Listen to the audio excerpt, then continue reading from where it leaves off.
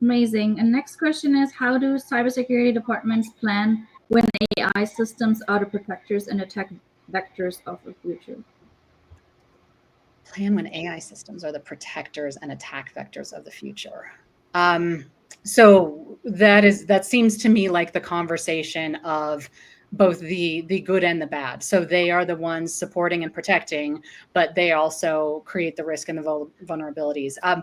I think that is yet another one that is outside the bounds of my expertise, but our experts need to create the boundaries inside the systems of what they can do. So another question is, how can cybersecurity professionals balance the benefits of AI with the ethical concern it may bring, particularly regarding privacy and data integrity?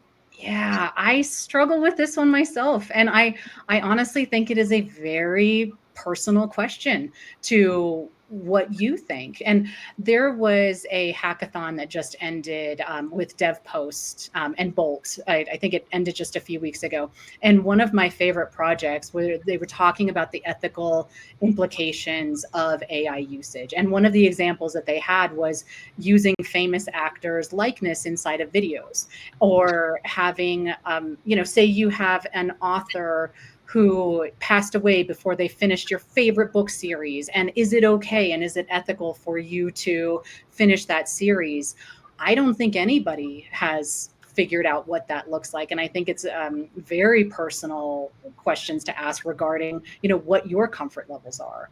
And I maintain privacy on social media at home for my kids because I want to make sure that, they have digital privacy for when they get older and they get to choose, how they show up online. And but I of course never judge anybody that, love to post about their children online. So again, I think I struggle with this. I think it is personal questions to answer.